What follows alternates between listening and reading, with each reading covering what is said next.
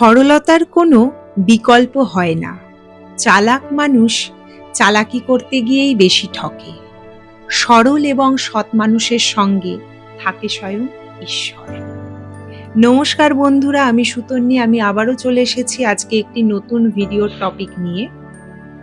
আজকের এই ব্যস্ত পৃথিবীতে সবাই যেন একটু বেশি চালাক হতে চায়। কেউ কাউকে বিশ্বাস করতে চায় না। সবাই ভাবে একটু কৌশল, একটু চালাকি করলেই জীবনে এগিয়ে যাওয়া যায়। কিন্তু সত্যি কি তাই? আজকের এই ছোট গল্পে, এই ছোট ভাবনায় আমরা জানব কেন সরলতা কখনো দুর্বলতা নয়, বরং মানুষের সবচেয়ে বড় শক্তি। একটা কথা মনে রাখবেন, সরল মানুষকে অনেক সময় মানুষ বোকা ভাবে, কিন্তু ঈশ্বর কখনো তাকে বোকা ভাবেন না। চালাক মানুষ হয়তো কিছু সময়ের জন্য অন্যকে ঠকাতে পারে, কিন্তু একদিন সেই চালাকির জালেই সে নিজেই আটকে যায়।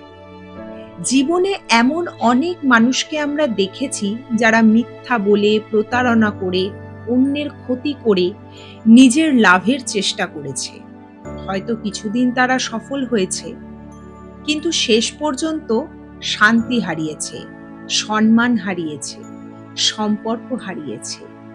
অন্যদিকে একজন সৎ ও সরল মানুষ হয়তো জীবনে একটু ধীরে এগোয়, কিন্তু তার পথটা পরিষ্কার থাকে। তার ঘুম শান্তির হয়, তার বিবেক তাকে কখনো কষ্ট দেয় না। কারণ সত্যের পথ কঠিন হতে পারে, কিন্তু সেই পথের শেষটা সুন্দর। আমাদের শাস্ত্রেও বলা হয়েছে, সততা এবং ধর্মের পথ কখনো বৃথা যায় না। ঈশ্বর সব দেখেন, হয়তো তিনি সঙ্গে সঙ্গে বিচার করেন না, কিন্তু সঠিক সময়ে সঠিক ফল অবশ্যই দেন। তাই যদি কেউ আপনার সরলতার সুযোগ নেয়, তবুও নিজের সততা ছেড়ে দেবেন না। কারণ মানুষের বিচার ক্ষণিকের, কিন্তু ঈশ্বরের বিচার চিরন্তন। মনে রাখবেন, যে মানুষটি কারো ক্ষতি না করে নিজের পরিশ্রমে বাঁচতে চায়, যে মানুষটি মিথ্যার বদলে সত্যকে বেছে নেয়, যে মানুষটি অন্যের ভালো চায়, সেই মানুষ কখনো একা থাকে না। হয়তো পৃথিবী তাকে বুঝতে দেরি করে, কিন্তু ঈশ্বর তাকে কখনো ছেড়ে দেন না। জীবনে অনেক সময় এমন মুহূর্ত আসবে যখন মনে হবে সৎ থেকে কোনো লাভ নেই। তখন শুধু একটি কথাই মনে রাখবেন, অন্যায় করে জেতার চেয়ে ন্যায়ের পথে হেরে যাওয়াও অনেক সম্মানের। কারণ সম্মান, শান্তি আর ঈশ্বরের আশীর্বাদ, এগুলো কখনো টাকা দিয়ে কেনা যায় না। তাই আজ থেকে একটা সিদ্ধান্ত নিন, চালাক হওয়ার আগে ভালো মানুষ হওয়ার চেষ্টা করুন।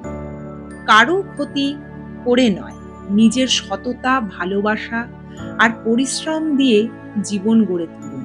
বিশ্বাস রাখুন, সরলতার কোনো বিকল্প নেই, আর যেখানে সততা থাকে সেখানে ঈশ্বরের আশীর্বাদ নিজে থেকেই এসে ধরা দেয়।